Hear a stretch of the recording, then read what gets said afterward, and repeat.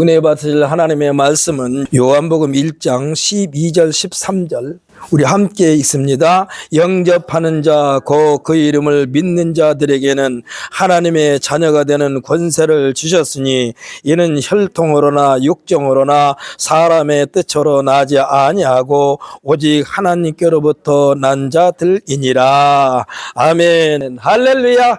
우리 한번 메리 크리스마스 한번 해봅시다. 시작. 메리 크리스마스. 아멘. 할렐루야. 메리 크리스마스가 1년에 한 번씩 하다 보니까 이게 무슨 뜻인가 할 때가 참 많습니다. 저도 매번 항상 흔히하는 말로 이걸 다시 한번 늘 상고해 보는 거예요. 메리 크리스마스. 메리라는 단어와 크리스타라는 단어와 마스라는 단어가 이렇게 합쳐져서 합성어가 된 것이 메리 크리스마스입니다. 메리는 즐겁다, 기쁘다 이런 뜻이고 크리스토는 예수님을 가리킵니다. 그리고 마스는 예배, 곧 하나님을 찬양하고 경배하며 영광과 감사를 드리는 예식이라고 했습니다. 축제입니다. 축제. 그래서 메리 크리스마스는 한마디로 뭐냐? 즐거움으로 예수 그리스도를 경배하자 이 말씀이에요. 우리 한번 해볼까요? 메리 크리스마스. 그처럼 또 따라서 해보세요. 즐거움으로 예수 그리스도를 경배하자. 아멘. 할렐루야. 그러니까 사람들이 메리 크리스마스 하면은 메리 크리스마스 한 대로 사세요 그러면 돼. 당신이 메리 크리스마스 했죠? 그러니 메리 크리스마스 하는 대로 사세요 그러면 돼요. 뭐 다른 것이 없어. 아주 간단해. 어떻게? 즐거움으로 예수 그리스도를 경배하자. 예수 외에 다른 곳에 경배하면 그것이 곧바로 우상입니다. 우상. 저는 오늘 본 말씀 요한복음 1장 12절로 13절 말씀을 가지고 모두 하나님께로라는 제목으로 은혜 받는 귀한 시간 되시기를 원합니다. 모두 하나님께. 우리 한번 다시 한번 해볼까요? 우리 모두가 하나님께로 향합시다. 아멘. 할렐루야. 그냥 우리 속에는요 나만 포함되는 것이 아니고 우리 가족, 우리 동네 사람, 우리나라 다 포함된 거예요. 세상에는요 수많은 직업군이 있습니다. 한 분야에 올곧게 뿌리내리며 생업으로 삼고 자랑스럽게 여기며 잘못된 것, 그리고 잘못된 작품, 이 상품에 대한은요 스스로 용납할 수 없기 때문에 외부로 반출되지 못하도록 검토 과정에서 흔적도 없이 깨뜨려 버립니다. 누가요? 그걸 만든 사람이. 옛날에는 이런 사람들에게 쟁이라는 비하적 명칭을 붙여줬어요. 무슨 쟁이 무슨 쟁이. 지금이야 장인이라 하여 나라로부터 보호를 받기도 합니다. 전문적인 지식과 기술과 기능을 보유하여 제자들을 양성하기도 합니다. 이들의 특징은요 대다수가 경제적 이익을 앞세우는 것과는 거리가 멉니다. 자부심과 자존심, 전통을 살리는 데 있습니다. 그래서 자신들이 살아야 할 목적이 뚜렷해요. 이들의 작품 하나하나에는요 장인 정신이 배어 있어 곧 문화재가 됩니다. 역사에 남습니다. 그래서 우리는 보물 몇 호 뭐 그렇게 정해져 있지 않습니까? 보물 문화재 하나하나 그 귀중하게 여기는 거예요. 그리고 이것을 만드는 사람들 아니면 이것을 계속해서 전하는 사람들은 또 무형문화재라고 해가지고 그들에게도 포칭이 붙습니다. 이들은 언제나 자신들의 작품에 대하여 완벽을 추구하기 때문에 마음에 들지 않은 작품이 외부에 반출되는 것을 용납하지 않습니다. 아유 아까워 그 사람들이 깨뜨릴 때는. 아유 그냥 두지 그걸. 그리고 같은 종류의 작품들이 수만 개가 있어도요 자신의 작품을 정확하게 구분합니다. 정확하게 구분해요. 밑으로 해놓으세요. 밑으로. 위로 해놓으면 예.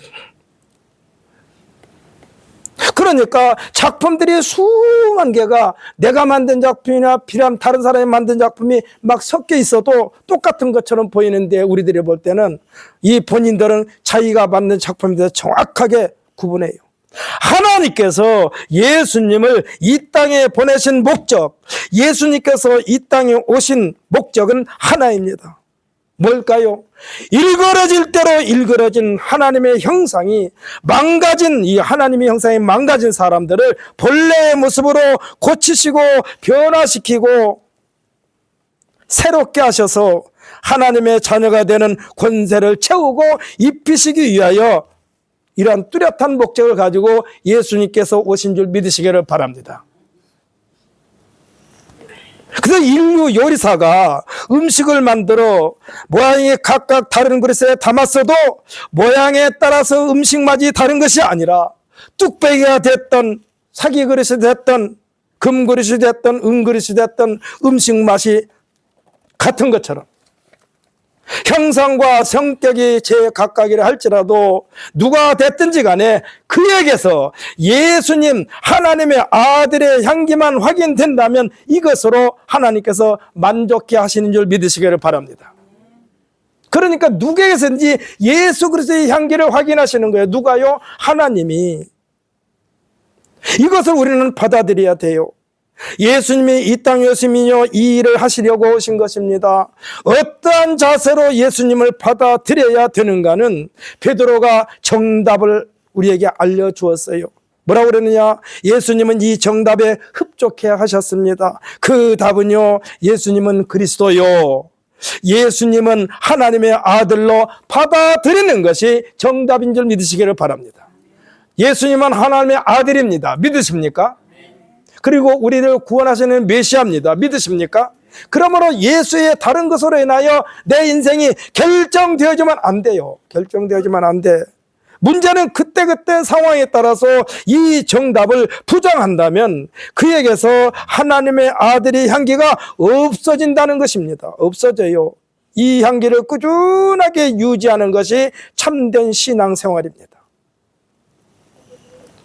사람들은 다분히 외양지상주의, 외모지상주의, 잘생겼다, 못생겼다, 많이 가졌다, 못 가졌다, 많이 배웠다, 못 배웠다, 이것을 가지고 판단합니다. 그런데 하나님의 판단 기준은 누구에게나 공정한 기준을 제시하셨으니 그 기준이 사무엘상 16장 7절입니다. 사람은 외모를 보거니와 나 여호와는 중심을 보느니라.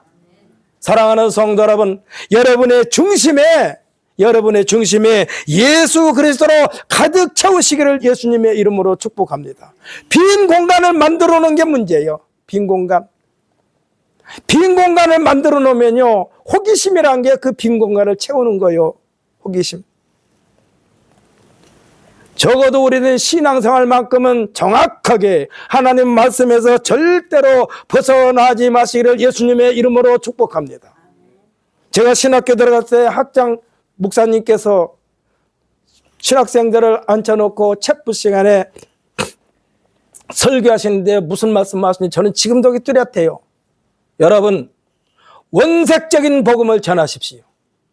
원색적인 뭐 다른 거 섞이지 말라는 얘기예요. 원색적인 복음을 전하십시오.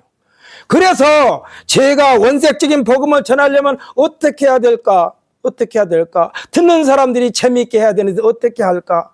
그래서 제가 그것을 창조한 것이, 제가 창조한 건 아니지만 제가 그걸 만든 것이 성경 판소리야. 제가 하는 성경 판소리는 성경 말씀 그대로 판소리에 옮겨놓은 거예요. 이것이 원색적인 복음이다. 원색적인 복음이다. 제가 그래서 지난번에 우리 선교회 가서 판소리 할 때도 그랬어요. 하나님은 원색적인 복음을 전하기는 것을 원하십니다. 요한계시록에 보면은 더하지도 말고 빼지도 말라고 그랬습니다. 예수님이 우리 한국에 태어나셨다면, 예수님이 우리 한반도에서 태어나셨다면 모든 찬송은 아마 틀림없이 우리 민요조로 판소리로 했을 것이다. 왜 그러느냐? 우리나라의 판소리는요, 다 그 책에 있는 내용을 그대로 옮겨가지고 듣는 사람들이 재밌게 듣는 거요. 춘향전도 마찬가지입니다. 흥부전도 마찬가지입니다. 심청전, 수군과 이 모든 것은 그 이야기를 노래에다가 말하는 판소리로 옮겨가지고 사람들에게 심어주면서 그것을 들으면서 웃기도 하고 울기도 하고, 그것을 하는 판소리 하는 그 말하자면 소리꾼들은 자기가 하면서도 거기에 감격해서 울기도 하고 웃기도 하고. 그러니까 하나님은요, 우리에게서 다른 것이 끼어들는 것을 원하지 않습니다. 그러므로 여러분은 하나님 말씀 외에 다른 것을 인하여 우리의 신앙이 저울질 당하지 않도록 철저하게 지키시기를 예수님의 이름으로 축복합니다. 여러분은 장례식장에 가서 보셨을 거예요. 장례식장에 분골 실에서 뼈를 이렇게 뼈가루를 받으면은 밖에 나오면은 그 속에 공기가 들어가면 안 되기 때문에 진공 상태를 만듭니다. 왜 그래요? 조금이라도 공기가 들어있으면 부패하기 때문에 벌레가 생겨요. 구더기가 생겨요. 그렇기 때문에 그것을 다 제거하기 위하여 속에 있는 공기를 다 빼버리는 거예요. 진공 상태로 만드는 겁니다. 진공 상태. 사랑하는 성도 여러분, 여러분의 마음은 예수 그리스도의 다른 것이 절대로 들어오지 못하도록 완전히 예수 그리스도로 가득 꼭꼭 눌러서 채우시기를 예수님의 이름으로 축복합니다. 그러면 흔들리지 않아요. 흔들리지 않아요. 하나님께서 말씀하신 사람은 외모를 보거니와 나 여호와는 중심을 보느니라, 이 말씀은 하나님께서 우리에게 그렇게 하라는 말씀이에요. 외부로 평가하지 말고 그의 중심을 보라는 것입니다. 예수님께서 이 땅에 오신 것은 사도 바울이 말한 대로입니다. 뭐라고 그랬느냐? 빌립보서 2장 5절에서 너희 안에 이 마음을 보느머라 곧 그리스도의 예수의 마음이니. 할렐루야. 여러분의 마음에 예수 그리스도의 마음을 품으십시오. 그러면은요, 원수도 사랑하게 되어 있고 모든 사람을 다 포용할 수 있는 넉넉한 마음이 되는 거예요. 이 예수님의 마음이 예수님의 향기이고 온 인류에게서 이 향기를 확인하시기를 원하신 줄 믿으시기를 바랍니다. 이것이 하나님께서 세워놓으신 기준이요, 평가의 기준이 됩니다. 하나님께서 용납하는 이 기준입니다. 천국 시민권자의 기준입니다. 구원의 기준입니다. 이 기준이 일그러진 상태를 허물이라고 말하는 거예요. 허물. 흠집이 생겼다 이 얘기야. 이 허물을 없애버리신 것에 대하여 하나님께서 뭐라고 하느냐? 우리를 위해서 이 허물을 없애는 것이 아니라 하나님께서 친히 말씀하시기를 나 곧 내가 나를 위하여 내 허물을 도말했다라고 그랬습니다. 이것은 우리를 통해서 하나님께서 영광 받으시기 위하여 흠을 없애버리는 거예요. 이 일에 대하여 우리들이 할 수 있는 것은 없습니다. 그래서 예수님께서 내 안으로 들어오라고 말씀하시는 거예요. 예수님은 우리들의 허물을 깨끗하게 감싸버리시는 캡슐인 줄 믿으시기를 바랍니다. 우리들의 죄의 흔적도 보이지 않게 하시는 완전한 캡슐입니다. 누가요? 예수님이. 이 예수님이 오셔서 우리에게 주신 것이 그거요. 우리가 정확하게 말하면요, 오늘이 새해가 시작되는 첫날이요. 예, 예수님이 오시는 것이 기원이니까. 예수님이 오시는 것이 기원이요. 그래서 정확하게 따지자면 오늘이 2025년도 첫날로 생각해도 무방합니다. 그리고 이 시간 이후는 지난 것을 가지고 고민할 필요도 없어요. 왜? 하나님께서 말씀하시지 않았습니까? 나 곧 내가 나를 위하여 내 허물을 도말하고 내 죄를 기억하지 않는다라고 말씀했으니까 이 시간 이후부터는 나의 죄 때문에 내 허물 때문에 고민하지 마시고 새롭게 주먹을 불끈 쥐고 앞으로 전진하는 우리 모두가 되시기를 예수님의 이름으로 축복합니다.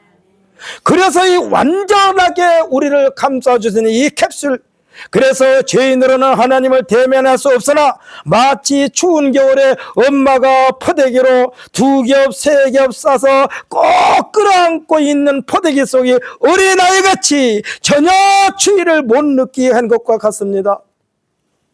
오늘 본문에 영접하는 자가 누구일까요? 영접하는 자. 이 영접은요, 우리가 예수님을, 우리가 하나님을 영접할 수가 없어요. 우리가 하나님을 영접할 수가 없어요.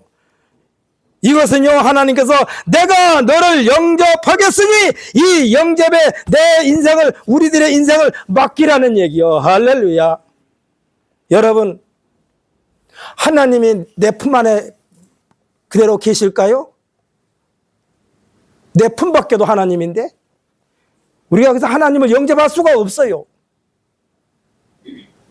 하나님을 영접하는 자, 하나님은요, 우리를 영접할 때니까 내가 그 영접 안으로 들어오라는 이 말씀이요.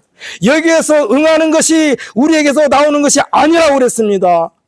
그 말씀에 대하여 13절에서 뭐라고 그랬습니까? 이는 혈통으로나 육정으로나 사람의 뜻으로 나니 아니하고 오직 하나님께로부터 난 자들이니라고 했습니다. 하나님께로부터 어떻게 납니까? 예수 그리스도를 믿음으로 말미암아 그 시간부터 하나님께서 우리를 새롭게 해주신다는 말씀인 줄 믿으시기를 바랍니다. 혹독한 추위에 눈보라가 치고 때로는 물 섞인 진눈깨비가 날리면서 대중가의 가사처럼, 대중가의 가사의 노랫말처럼 북풍 한선 몰아칠 때, 솜 포대기로 겹겹이 쌓아서 꼭 끌어안고 있는 어머니가 포대기 속에 있는 아기를 완벽하게 보호하고 있는 이 상태가 온전한 영접인 줄 믿으시기를 바랍니다. 이것이 온전한 영접이요. 그러니까 하나님께서 영접하는 자라는 얘기는 내가 너희를 영접할 테니까 너희는 내 안에 들어오라 이 말씀이요. 이것이요. 이 아이가 엄마를 영접한 것이 아니라 엄마가 아이를 완벽하게 영접한 것입니다. 그리고 엄마는요, 엄마의 권세로 이 아이에게 접근한 어떠한 대적도 엄마는 죽음을 각오하고 엄마는 보호를 합니다. 언젠가 불 끄는 소방수라고 해야 되나? 소방사라고 그러나? 그 사람이 나와서 얘기한 것을 들었어요. 무슨 말을 들었느냐? 불을 다 끄고 집을 이렇게 아내를 살피는데 저 구석에 암탉이 쪼그리고 앉아서 그대로 타 죽었더래요. 그래서 암탉을 이렇게 건드니까 속에서 병아리가 와서 쏟아져 나왔어요. 예수님이 이와 같이 우리를 그렇게 품어준 줄 믿으시기를 바랍니다. 그런데 왜 예수님을 우리들이 마음속에 간직하지 않느냐 이 말씀이요. 이건 실제 있는 거예요. 소방사가 나와서 얘기한 거라니까. 불을 다 끄고 아내를 살피니까 저 구석에 암탉 한 마리가 그대로 타 죽었더래요. 그래서 이렇게 걷니까 속에서 병아리가 우르르 쏟아지는 거예요. 그래서 엄마의 사랑은요, 하나님 사랑과 많이 닮았다고 그래요. 닮았다고 그래. 자기 자신을 희생하면서도. 그러니까 지금 사람들이 살고 있는 이 세상이 그 암탉만도 못하는 세상이 돼버리고 말았다니까. 예수님, 이 세상의 구세주로 오신 예수님은 온 인력에 어떤 편견도 없이 여호와의 선지자를 통해서 선포한 말씀, 누구든지 여호와의 이름을 부르는 자는 구원을 얻으리라. 아멘, 할렐루야. 또 예수님의 수제자 베드로가 설교할 때에 사도행전 2장 21절에서 뭐라고 그러느냐? 누구든지 주의 이름을 부르는 자는 구원을 받으리라 이 말씀도 했어요. 또 사도 바울 선생은 로마서 10장 12절로 13절에서 다시 한번 강조해주고 있습니다. 우리 로마서 10장 12절로 13절까지를 한번 찾아서 읽어볼까요? 신약성경 253페이지.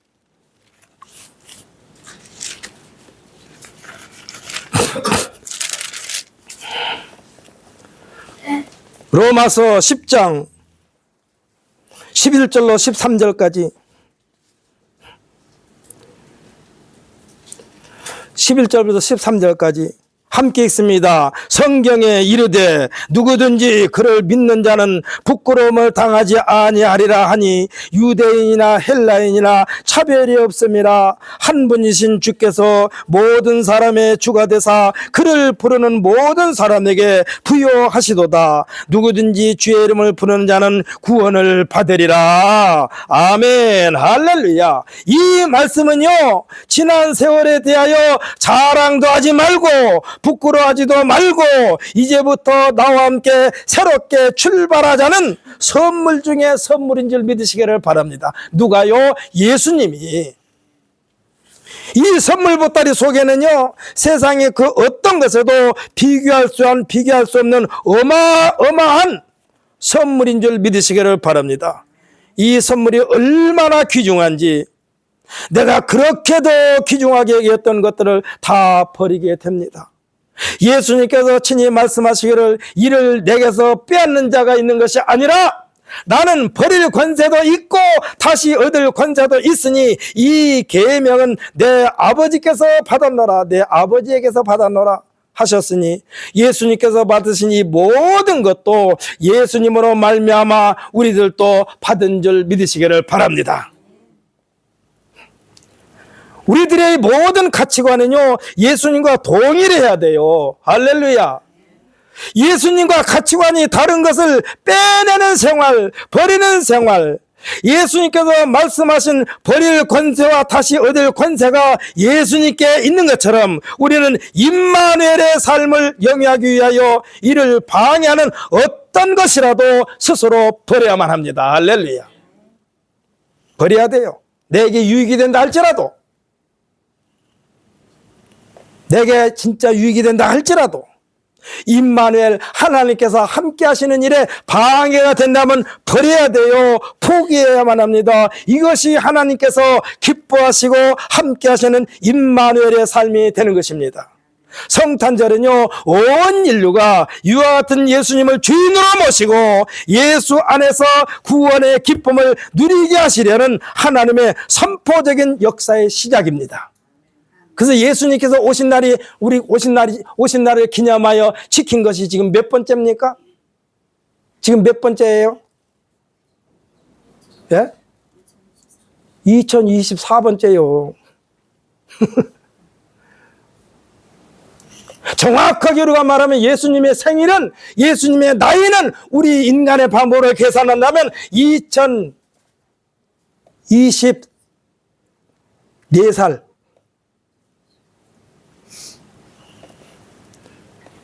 그래서 예수님께서 이 땅에 오셨을 때에 수많은 천군 천사들이 함께 하나님을 찬송하며 지극히 높은 곳은 하나님께 영광이요 땅에서는 하나님이 기뻐하시는 사람들 중에 평화로다 하셨으니 이 평화는요, 이 평화는 이스라엘의 베들레헴에만 국한된 것이 아니라 사도행전 1장 8절에서 예수님께서 말씀하신 예루살렘과 온 유대와 사마리아 땅끝까지 스며드는 평화인 줄 믿으시기를 바랍니다.